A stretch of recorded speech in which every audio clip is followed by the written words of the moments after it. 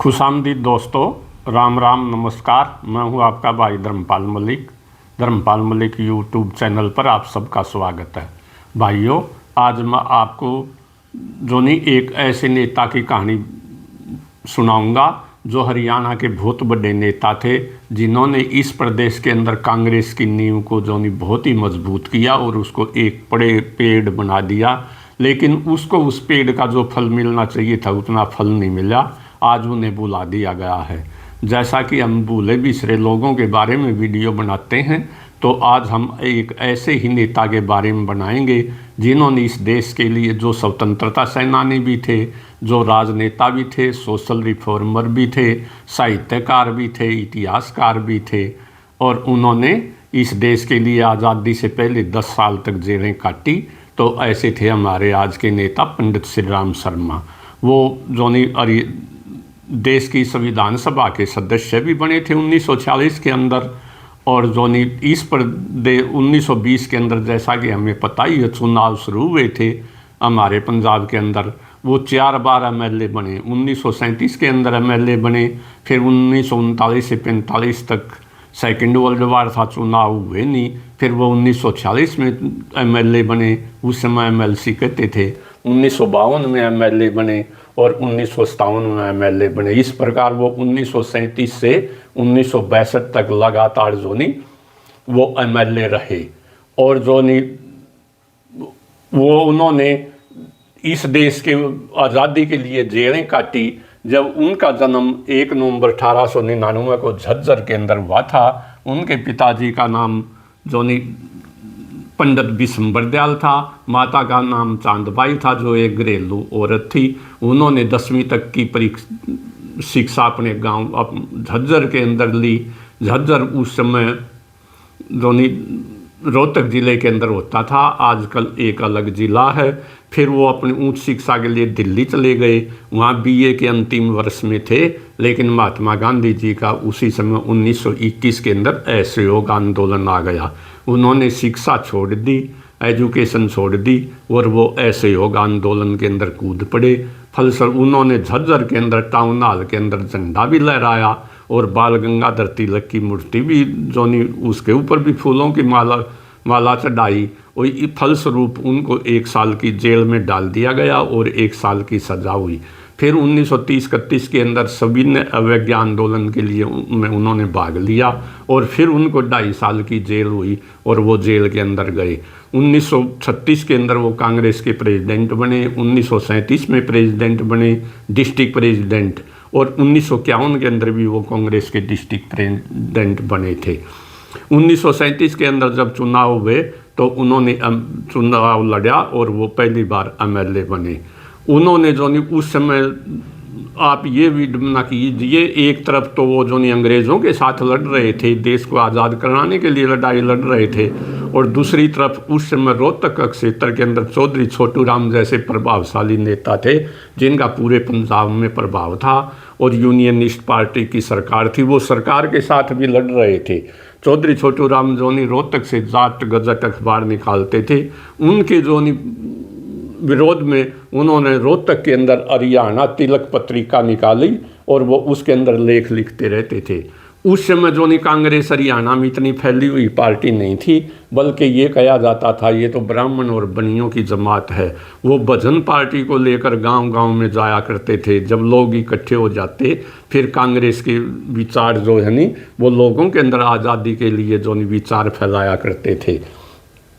सन 1940 के अंदर वो गांधी जी के वॉलंटियर बन गए। 1941 के अंदर फिर उनको जेल हुई और 1.5 साल की जेल हुई, जेल में डाल दिया गया। 1942 के अंदर उन्होंने फिर भारत छोड़ो आंदोलन में भाग लिया और फिर उन्हें जेल में डाल दिया गया, और 26 जुलाई 1945 तक वो सियालकोट जेल के अंदर रहे।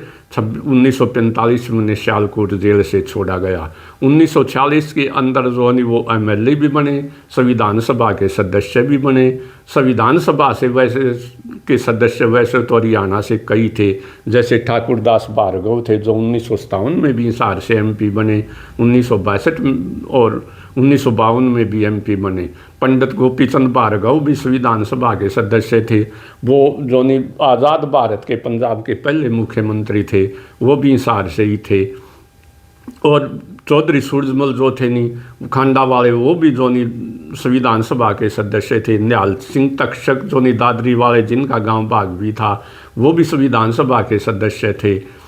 और मास्टर जो नहीं नंदलाल भी संविधान सभा के सदस्य थे, जो थे तो पाकिस्तानी पंजाब के, लेकिन वो पानीपत के 1947 में पानीपत में सेट हो गए थे। इसी प्रकार जो नहीं लाला अचिंत राम भी संविधान सभा के सदस्य थे, जो 1947 में पार्टीशन में 80 के अंदर सेट हुए, और जो उपराष्ट्रपति टी कृष्णकांत के पिताजी थे। तो इस प्रकार से हरियाणा से अनेक संविधान सभा के सदस्य थे, उनमें पंडित जी भी एक थे। वो 1952 के अंदर फिर एमएलए बने। उन्हें 1900 लेकिन कांग्रेस की आपसी फूट के कारण 10 जनवरी 1954 को कांग्रेस से उन्होंने को निकाल दिया गया। फिर उन्होंने अपना एक फ्रंट बनाया, जिसके अंदर गांधी जनता कांग्रेस भी थी, और जो कम्युनिस्ट भी थे, दौलता जैसे कम्युनिस्ट भी थे, जमींदारा लीग के माड़ू सिंह मलिक थे, और उन्होंने 1957 के अंदर फिर चुनाव जीता। तो उन्होंने अपना एक अखबार भी, जब उनको 1921 के अंदर गिरफ्तार किया गया था, तो उन्होंने 18 मार्च 1923 को झज्जर से एक हरियाणा तिलक उर्दू साप्ताहिक अखबार भी निकाला था, जिसके अंदर वो अपने विचारों को प्रकट करते रहते थे। 1926 के अंदर उन्होंने कांग्रेस टिकट के लिए अप्लाई किया था, लेकिन उनका नामंजूर कर दिया गया।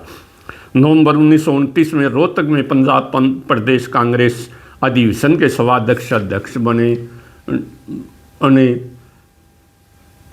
सरदार किशन सिंह जो थे नहीं, वो भगत सिंह के पिता थे। उनकी प्रधानता में रोहतक जिला मदीना गांव के अंदर पंजाब प्रदेश की राजनीतिक कॉन्फ्रेंस में उन्होंने भाग लिया था। 1938 के अंदर असोदा सत्याग्रह में सक्रिय भूमिका निभाई थी। अब मैं आपको बताता हूँ ये असोदा सत्याग्रह क्या था। उस समय यूनियनिस्ट पार्टी की सरकार थी, जिसे हरियाणा में जमींदारा लीग कहते थे। कांग्रेस के लोग जो गांव गांव में प्रचार के लिए सरकार की नीतियों के खिलाफ प्रचार करने जाते थे। वहाँ पर जमींदारा लीग के कार्यकर्ताओं ने गांव असोदा के अंदर, जो उस समय रोहतक जिले के अंदर था, कांग्रेस के कार्यकर्ताओं के ऊपर जो लाठी और डंडों से हमला कर दिया था, जिसके अंदर जो फूलचंद जैन जो वो बेहोश तक हो गए थे, उनको इतनी चोटें लगी थी। इसके अंदर जो इस आंदोलन के अंदर भी पंडित श्री राम शर्मा जी ने बढ़ चढ़ कर के भाग लिया था। सन 1950 के अंदर वो हरियाणा सर्वेंट सोसाइटी के प्रधान चुने गए। 1951 में तीसरी बार कांग्रेस कमेटी के प्रधान बने। 1952 के अंदर स्वतंत्र प्राप्ति के बाद प्रथम चुनाव में सोनीपत से कांग्रेस टिकट पर एमएलए बने और जुलाई 1953 तक मंत्री रहे। 10 जनवरी 1955 को उनको कांग्रेस से निकाल दिया गया। उनको आज़ादी के बाद भी जेल हुई। आपको हिंदी सत्याग्रह में बंद करके फिरोजपुर जेल के अंदर डाल दिया गया। सन 1958-59 में पंडित श्री राम शर्मा जी पंजाब विधानसभा में विपक्ष के नेता रहे। 1963 में हरियाणा फ्रंट पुण्य कायम किया। वह सांपला हल्के से चुनाव लड़े और हार गए। अरे पंडित श्री राम शर्मा जी को जो नहीं grand old man of Haryana कहा जाता है, grand old man of India कहा जाता है।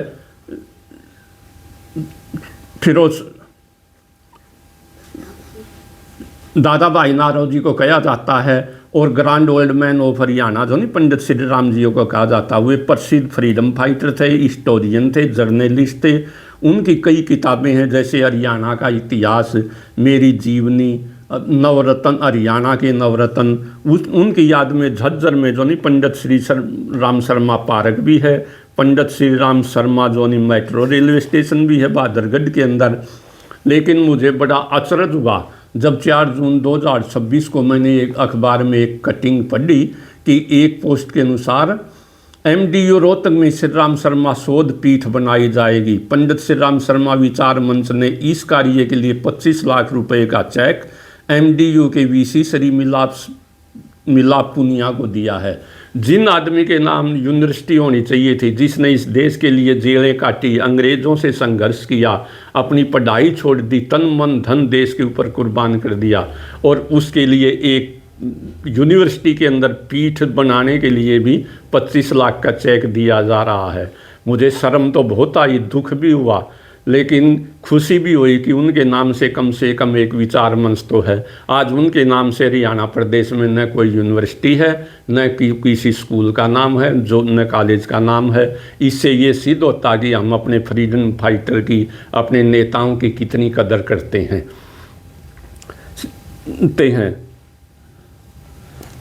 श्री राम शर्मा जी जो नहीं, वो पंडित श्री राम शर्मा एक महान स्वतंत्रता सेनानी होने के साथ साथ साहित्यकार व इतिहासकार भी थे। उन्होंने हरियाणा का इतिहास, हरियाणा के नवरत्न था स्वतंत्रता सेनानियों पर कई पुस्तकें लिखी, जिन्हें काफ़ी पसंद किया गया। हरियाणा सरकार ने 1976 में उन्हें हरियाणा साहित्यकार पुरस्कार से भी सम्मानित किया था। आज़ादी से पूर्व उनको अंग्रेज़ों के जुल्म व दमन के खिलाफ संघर्ष किया। पंडित श्री राम शर्मा का स्वर्गवास 7 अक्टूबर 1989 को हो गया। उस समय हरियाणा के तीनों लाल उनके दाह संस्कार में मौजूद थे, जिनमें चौधरी देवलाल हरियाणा के मुख्यमंत्री थे, जबकि चौधरी भजनलाल केंद्र में कृषि मंत्री थे। वह पूर्व मुख्यमंत्री चौधरी बंसीलाल भी पहुँचे थे। दिल्ली की उस समय की मुख्यमंत्री शीला दीक्षित भी उस दौरान पूर्व प्रधानमंत्री राजीव गांधी की तरफ से पहुंची थी। पंडित श्री राम शर्मा ने जो 1937 से 1962 तक संयुक्त पंजाब में विधानसभा के सदस्य रहे। वह संविधान सभा के सदस्य बने। 1958-59 में पंजाब विधानसभा में विपक्ष के नेता रहे। 1960-61 में वह पंजाब विजिलेंस कमेटी के चेयरमैन बने। प्रख्यात स्वतंत्रता सेनानी 1961 से 1963 तक पंजाब पुलिस कमीशन के सदस्य तथा इसी अवधि में पंजाब इकोनॉमिक्स कमेटी के चेयरमैन रहे। सन 1966-67 में उन्हें दिल्ली पुलिस कमीशन का सदस्य भी बनाया गया तथा 1977 से 1979 तक हरियाणा स्टेट विजिलेंस कमेटी के सदस्य भी रहे। वे लोकमान्य बाल गंगाधर तिलक के व्यक्तित्व से बहुत ज़्यादा प्रभावित थे और उन्हीं के सिद्धांतों के ऊपर जीवन भर चलते रहे और उन्हीं को देख करके वो स्वतंत्रता आंदोलन के अंदर कूदे थे। रोहतक में हरियाणा तिलक नामक साप्ताहिक पत्रिका प्रकाशित करना शुरू कर दिया। जब 1941 में सरकार ने प्रकाशन पर रोक लगा दी तो उन्होंने इसका नाम बदलकर इसे मेरठ से प्रकाशित करना शुरू कर दिया और अपने विचारों को जनता के अंदर फैलाते रहे। राजनीति से संन्यास। हरियाणा बनने के बाद श्री राम शर्मा ने राजनीति से संन्यास ले लिया और उनकी गतिविधियां उनके द्वारा स्थापित देश सेवा आश्रम तक सीमित रह गई। इसे हम एक विडंबना ही कह सकते हैं कि उन्हें इस महत्वपूर्ण योगदान के बावजूद भी हरियाणा सरकार ने इस महान स्वतंत्रता सेनानी और कर्मठ नेता को पूरी तरह से भुला दिया गया है। आज उनके नाम से कोई भी न संस्था है न यूनिवर्सिटी है। उनकी पुस्तकें हरियाणा का इतिहास, मेरी जीवन कहानी, इस क्षेत्र के इतिहास, समाज, संस्कृति और राजनीतिक पहलुओं को समझने के लिए बहुत सहायक हैं। वो पूरे ज्ञाता थे, इतिहास के भी थे, साहित्यकार भी थे, बहुत बड़े जर्नलिस्ट भी थे और हमेशा अपने ज्ञान का प्रचार जनता में करते रहे और अब इस जनता का में ज्ञान का प्रचार करते करते ही इस फानी दुनिया को छोड़कर चले गए। तो ये थी मोटी मोटी बातें भाइयों पंडित श्री राम शर्मा जी के बारे में। अगर आपको पसंद आई हो तो चैनल को लाइक करना, शेयर करना, सब्सक्राइब करना। जय हरियाणा, जय हरियाणवी। धन्यवाद।